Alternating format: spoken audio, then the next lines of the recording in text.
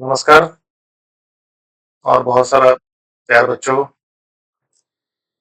आज हमारे वीडियो का मेन उद्देश्य है मेंस्ट्रुएशन को समझना, क्योंकि मेरे चैनल पे एक मेंस्ट्रुएशन वीडियो का सीरीज आएगा जिसमें मैं जितने भी तरह के मेंस्ट्रुएशन शेप्स आपको अप टू क्लास 10 कवर होते हैं, मैं सारे एक एक करके उनको आपको समझाऊंगा। Again welcome eight zero fear maths. तो मेंस्ट्रुएशन जानने के लिए हम सबसे पहले मेंस्ट्रुएशन वर्ड को समझें। मेंस्ट्रुएशन वर्ड मेंसूरिया से लिया गया है, ये एक लैटिन वर्ड है। मेंसूरिया का मतलब होता है मेजर करना। तो हम मेजर करेंगे मैथमेटिक्स में ज्योमेट्रिकल शेप्स को। ज्योमेट्रिकल शेप्स अलग अलग टाइप के होते हैं। ज्योमेट्रिकल शेप्स दो तरह के हो सकते हैं, एक 2D शेप्स होते हैं और कुछ 3D शेप्स होते हैं। 2D मतलब दो टू डायमेंशनल, 3D तीनों डायमेंशन है जिसका। फॉर एग्जांपल में अगर एक पेज लें हम, पेपर सिंपल, ये पेज फ्लैट सरफेस पर रखा जा सकता है, तो ये 2D शेप है। वही एक माचिस की डिब्बी ले लें तो वो 3D शेप होता है।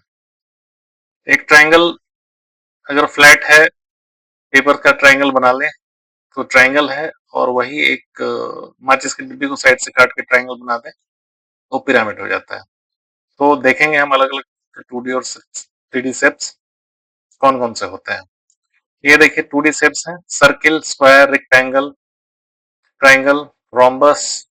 इन सभी शेप्स का एक चीज कॉमन है, इसमें दो डायमेंशन ही होते हैं, इस साइड एंड इस साइड, दैट्स ऑल। अगर आप स्क्रीन से बाहर आके थर्ड डायमेंशन एक पेंसिल को समझ ले ऊपर, तो ये थर्ड डायमेंशन नहीं होता है इसका। डिफरेंस 2D एंड शेप और 3D शेप्स में है कि इनका तीसरा डायमेंशन भी होता है। यानी जब भी आप 2D शेप देखेंगे, इनमें लंबाई चौड़ाई मिलेगी, ऊंचाई नहीं मिलेगी। सर्किल है, प्लेन पेपर पे गोला बना दें, सर्किल हो जाता है वो। इसमें भी इसकी परिधि है, सरकमफेरेंस है, लेकिन मोटाई नहीं होगी इसकी। 3D शेप्स का कॉमन है कि थ्री डायमेंशनल शेप्स लंबाई चौड़ाई के साथ ऊंचाई होती है या गोलाई होती है। जैसे क्यूब हो गया, आप जो डाइस लूडो गोटी में पासे खेलते हैं, वो शेप समझ लें आप, डाइस का शेप है। स्फेयर का शेप आप मोटा मोटी ball, ball is spherical shape. Cylinder basically आपकी राउंड पेंसिल्स, स्मॉल, वो भी एक सिलेंडर का शेप है। कोन, आप आइसक्रीम कोन खाते ही हैं, दैट इज कोन शेप। तो हम एक एक करके इन सभी शेपों के एरिया निकालने के लिए, इनके पेरीमीटर निकालने के लिए, इनके सरफेस एरिया निकालने के लिए सीखेंगे। क्योंकि रियल लाइफ में जब क्वेश्चंस आते हैं तो इसी टाइप के क्वेश्चन आएंगे। फॉर एग्जांपल अगर कैमल की बात करें तो बोलेंगे कि ठीक है, एक खेत है मेरा भाई, उसका लंबाई 10 मीटर है और चौड़ाई 5 मीटर है, तो मेरे पास कितना एरिया है। या फिर एक सिलेंडर है, ग्लास है मेरे पास एक सिलेंडर शेप में, इसमें कितना लीटर पानी आएगा। तो इस तरह से रियल लाइफ में कई सारे क्वेश्चंस बनते हैं, लेकिन अभी सबको न देख के अभी हम डायरेक्ट सिर्फ रेक्टेंगल और स्क्वायर पे फोकस करेंगे। तो रेक्टेंगल के लिए दो चार प्रॉपर्टीज हैं जो आप एकदम जरूर समझ लें। ये एक रेक्टेंगल है जो आपके सामने है, इसमें चार साइड्स होते हैं, एक दो तीन चार। ध्यान देने वाली बात यही है कि अपोजिट साइड्स सेम साइज के होते हैं। ये ज्यादा जो बड़ा वाला पोर्शन होता है इसको लंबाई, लेंथ, और ये स्मॉल पार्ट चौड़ाई है इसकी, ये ब्रेथ बोल सकते हैं। तो अपोजिट सामने सामने के साइड्स इसके इक्वल होते हैं, यानी AD will be equal to BC. At the same time, this AB will be equal to DC. और ये दोनों बराबर नहीं होते हैं। दूसरा एक रिक्वायरमेंट है कि रेक्टेंगल, एक दिस टाइप का शेप तभी रेक्टेंगल बनेगा जब इसका हर एंगल 90 डिग्री का होगा, यानी सीधी सीधी रेखा में, राइट एंगल भी बोलते हैं उसको। और ये ABCD, इसके ये चारों कॉर्नर्स बोल सकते हैं। आपको क्वेश्चंस जब आएंगे साइड्स बोल सकते हैं या वर्टिसेस बोल सकते हैं, क्योंकि आपको हिंदी इंग्लिश दोनों का होना चाहिए। इसकी ये भुजाएं हो गई, ये कोने हो गए, और ये इसका विकर्ण हिंदी में, अंग्रेजी में डायगोनल बोलते हैं इसको। मैं दोनों भाषा के यूज इसलिए कर रहा हूँ कि भाई जिस सेगमेंट के बच्चे समझना चाहें उन दोनों को खुला हो जाएगा। तो in English, this is the side, this is the vertices, and this is diagonal. And Hindi में बात करें तो इसकी 4 भुजाएं हैं, ये 4 कोने हैं इसके, और ये दोनों भुजाएं आपस में समानांतर होते हैं, यानी यहाँ से यहाँ का जो डिस्टेंस होगा और यहाँ से यहाँ का डिस्टेंस हमेशा बराबर है। अब हम बात करें स्क्वायर की। स्क्वायर भी एक तरह का रेक्टेंगल होता है, लेकिन स्क्वायर किसी भी वैसे चीज को बोलेंगे प्लेन सरफेस एरिया पे जिसके ये चारों साइड इक्वल हो। यानी हम भाषा में बात करें तो मान ली 5 सेंटीमीटर इस साइड की लंबाई है अगर, तो 5 5 5 5, यानी ऐसा रेक्टेंगल जिसके चारों साइड्स इक्वल होते हैं उसको हम स्क्वायर कह देते हैं। रियल लाइफ एप्लीकेशन मैंने डिस्कस कर लिया आगे। अब इसका फॉर्मूला समझने की कोशिश करते हैं। एक रेक्टेंगल, ये रेक्टेंगल हो गया, इसका अगर एरिया नापना हो, एरिया मतलब ये पोर्शन अगर मुझे नापने हैं तो मैं इस लेंथ और इस ब्रेथ दोनों को मल्टीप्लाई कर दूंगा, तब हमारा एरिया आ जाएगा। पेरीमीटर निकालना है तो हम 2 इंटू एल प्लस डब्ल्यू करेंगे। डायगोनल रेक्टेंगल निकालना है तो D equal to L square plus W square करेंगे। स्क्वायर के केस में area of square A square होता है, पेरीमीटर स्क्वायर 4a होता है, and diagonal square root A होता है। अब ये मैंने ऐसे तो पढ़ा दिया आपको कि ठीक है, आपने भी बचपन में रट लिया होगा 4th 5th में कि भाई area of rectangle is L into W, या एल इंटू बी बोले, area of square is a square. लेकिन सवाल है कि क्यों होता है, क्योंकि अचानक से काफी दिन बाद अगर कोई पूछे तो आपको ध्यान में नहीं आएगा कि क्या फॉर्मूला होता है। तो अभी मैं इसको एक्सप्लेन करूंगा कि आखिर एल इंटू डब्ल्यू ही क्यों होता है, या 2 इंटू एल प्लस डब्ल्यू क्यों होता है, एंड ए स्क्वायर क्यों होता है। तो इसके लिए मैं अपना राइटिंग टूल ऐड कर रहा हूँ। ये देखिए आपके स्क्रीन पे एक जो इमेज बना हुआ है रेक्टेंगल का इमेज है, ठीक है। अभी इसका एरिया तुमको निकालना है, तो किसी भी रेक्टेंगल का एरिया का मतलब क्या होता है कि suppose this is a rectangle, और ये जो अंदर का पूरा भाग, मान ली एक पेपर है, इसको कहीं हम रखें बेसिकली, तो रखने में जितना एरिया कवर करेगा उसको हम, जितना जगह लेगा उसको हम एरिया बोलते हैं, पहली चीज। तो एरिया एल इंटू बी हमने क्यों किया, क्योंकि हम एल स्क्वायर क्यों नहीं कर दिया हमने, या फिर एल प्लस बी क्यों नहीं किया। तो इस बात को समझने के लिए हम क्या करते हैं, एक सपोज करते हैं कि एक हमारा आ, ये शेप है, इसकी ये लंबाई हमने मान ली 4 सेंटीमीटर।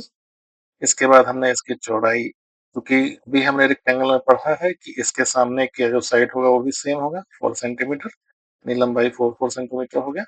अब आते हैं हम इसकी चौड़ाई, सपोज हमने मान ली 3 सेंटीमीटर। आपको अभी सिखाया है ये 90 डिग्री, 90 डिग्री, ये भी 90, ये भी 90, ठीक है। अब इसका पूरा एरिया निकालने के लिए मैं क्या करता हूँ, इसको सेगमेंट में डिवाइड कर देता हूँ। फॉर एग्जाम्पल ये एरिया 3 सेंटीमीटर का है, तो इसको हम 3 पार्ट में डिवाइड, 1 1 सेंटीमीटर के 3 पार्ट, 1 सेंटीमीटर, 1 सेंटीमीटर, 1 सेंटीमीटर। जो कि इसका लेंथ 4 सेंटीमीटर है, तो एक एक सेंटीमीटर का अगर हम काटते हैं इसको, जाहिर सी बात है ये 1 2 3 और 4, इसके सामने ये हमने एरिया को डिवाइड कर लिया। अगर आप ध्यान से देखेंगे तो हमारे पास 1 बाई 1 सेंटीमीटर के कितने बॉक्सेस बन गए, 1 2 3 4 5 6 7 8 9 10 11 12। यानी इस जो शेप है इसमें 4 बाई 3 सेंटीमीटर का जो शेप है, इसमें आप देखेंगे कि 4 बाई 3 सेंटीमीटर के शेप में 1 बाई 1 सेंटीमीटर के टोटल 12 शेप्स बन गए। ऐसे समझें इसको, 1 2 3 4 5 6 12, 12 शेप बन गया। तो ये 12 शेप हमारा टोटल एरिया हो गया। यूनिट कितनी हो गई, एक एक सेंटीमीटर के 12 शेप्स। अब इस 12 को फाइंड आउट करने के लिए हम सिंपल कर सकते हैं, इस 4 को 3 से मल्टीप्लाई कर दें, 4 इंटू 3, तो हमारा एरिया आ जाता है 12। अब देखिए यहाँ पे सिर्फ 4 सेंटीमीटर, भी 4 centimetre into 3 centimetre is equal to 12। अब 4 से 3 मल्टीप्लाई किया, ये 12 आ गया। अब लेकिन सेंटीमीटर भी तो सेंटीमीटर से मल्टीप्लाई होगा, इसलिए ये 4 3 4 3 12, 12 सेंटीमीटर स्क्वायर होगा। जब भी हम एरिया को मेजर करते हैं हमेशा ध्यान दीजिए वो सेंटीमीटर स्क्वायर या मीटर स्क्वायर जो भी यूनिट हो उसमें होगा। अब आगे चलते हैं। एरिया समझ में आ गया आपको। उसी तरह से अगर स्क्वायर की बात करें तो स्क्वायर के चारों साइड क्या होते हैं, इक्वल होते हैं। यानी अगर हम इसको ए मान लें तो ए ए ए ए, तो हमारा जो रेक्टेंगल जिस हिसाब से हमने फॉर्मूला डिराइव किया उसका है लंबाई गुने चौड़ाई यानी लेंथ इनटू ब्रेथ। इसमें भी हम समझ सकते हैं कि अब लेंथ इनटू ब्रेथ लेना है तो इसका लेंथ भी ए है और ब्रेथ भी ए है। तो अगर स्क्वायर का हम एरिया की बात करें a into a is equal to a square, right. याद रखने की चीज यही है कि अगर रेक्टेंगल की बात करें उसका सिर्फ एरिया निकालना हो तो एल इंटू बी निकाल लेंगे इजिली। अगर वही हमें स्क्वायर का निकालना हो जिसके चारों साइड बराबर है, एंगल 90 डिग्री पर होते हैं, इसका a into a is equal to a square हो। तो हम समझते हैं, मान लिया आपके पास एक क्वेश्चन आ गया कि एक रेक्टेंगल है, एक स्क्वायर है, उसका एरिया 6 सेंटीमीटर है, उसका सॉरी इसका साइड साइड 6 सेंटीमीटर है, इसका एरिया कितना होगा। तो बड़ा सिंपल सा बात है, 6 इंटू 6 36, 36 जो भी है यूनिट स्क्वायर। ठीक है, ये आपको समझना होगा। अब हम आते हैं पेरीमीटर के ऊपर। पेरीमीटर सबसे पहले रेक्टेंगल की बात करते हैं। रेक्टेंगल की बात करें अगर हम तो ये हो गया, सेम ले लेते हैं 4 और 3 सेंटीमीटर का।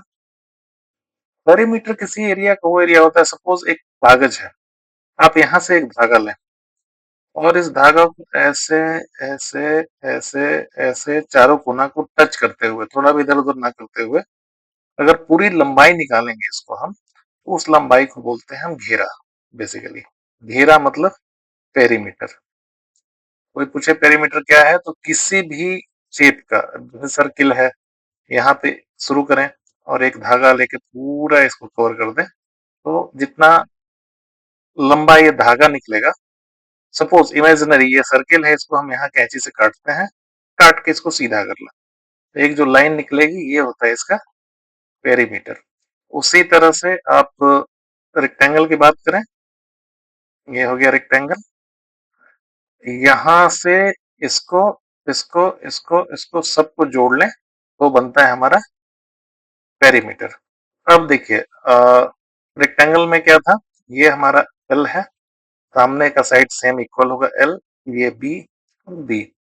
तो कभी अगर इस पूरे शेप का मुझे सरकमफेरेंस या फिर परिधि निकालनी है, परिमिति निकालनी है बेसिकली, तो हम क्या करेंगे कि हमारे पास ये रस्सी एल, ये रस्सी एल, यानी टोटल इसका यहां से लेके यहाँ यहाँ यहाँ लिखेंगे अगर हम, तो हमारा क्या आएगा, एक बार एल जोड़ दिया हमने, फिर बी प्लस बी कर दिया, प्लस एल कर दिया, प्लस बी कर दिया। यानी ये टोटल देखें तो 1 एल और 1 एल 2 एल हो गया, प्लस 1 बी एंड 1 बी, ये 2 बी हो गया।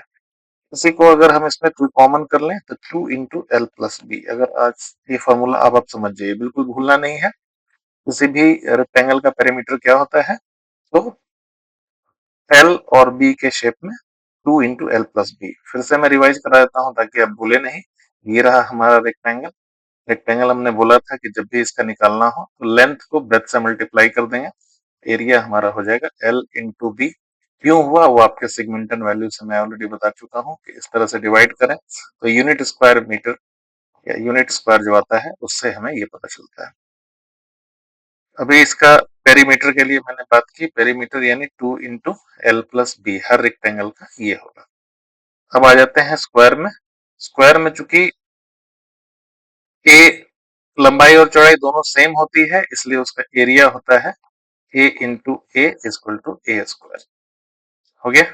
अब उसका अगर साइड निकालना हो तो मैंने बताया इसका चारों घेरा होता है, उसको जोड़ते हैं तो ए ए और ए, यानी total 4, A plus A plus A plus A is equal to 1 2 3 4 4 A. अगर कोई आपसे पूछता है कि किसी भी स्क्वायर का आप पेरीमीटर निकाल के बताएं, 4 इंटू ए निकल ये। अब हम बात करते हैं क्वेश्चंस की, किस टाइप के क्वेश्चंस आ सकते हैं। फॉर एग्जांपल, एक रेक्टेंगल है, एक समझ लीजिए मेरा खेत है, ठीक है। मैंने क्या प्लान किया कि सॉरी ये प्लॉट है मेरा, इस प्लॉट में मैंने प्लान किया कि मुझे टाइलें लानी है।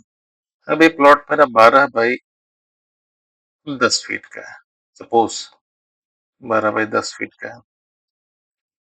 अब मेरे से दुकानदार, मैं क्या प्लान किया हूं कि मैं 1 बाई 1 फीट का टाइल्स खरीद के इस पूरे खेत को, या सॉरी इस पूरे प्लॉट को टाइल्स से भर दूं। तो मुझे कितने टाइल्स लगे? इसका तरीका क्या होगा कि सबसे पहले वही 1 बाई 1 फीट है, इधर से खींचे लाइन तो ये 10 लाइनें खींच देंगे हम, इधर से लाइन खींचे तो 12 लाइनें खींच देंगे। ये हमारी उतनी ही टाइल्स आएंगी। तो इसका जो बताया था हमने एरिया निकालने के लिए, तो सबसे पहले अपने खेत का या प्लॉट का एरिया निकाल देंगे, L इंटू बी, यानी 12 इंटू 10, 120 मीटर स्क्वायर आ गया। अब टाइलें हमारी इतनी है 1 बाई 1 की, तो इसका एरिया निकालेंगे तो 1 इंटू 1 यानी 1 मीटर स्क्वायर। तो नंबर ऑफ टाइल्स हमें कितने चाहिए होंगे, चूंकि हमारा जो खेत है 120 स्क्वायर मीटर का है और टाइलें 1 मीटर स्क्वायर कवर कर रही हैं, तो हमें 120 टाइल्स लगेंगे। ये तो सिंपल मैथमेटिक्स आपको बता दिया मैंने। अभी एक नेक्स्ट एडवांस सीरीज में हम कवर करेंगे, जिसमें आपको बिगिनर से लेके कॉम्प्लिकेटेड और कॉम्प्लेक्स सीरीज आपको सिखाएंगे।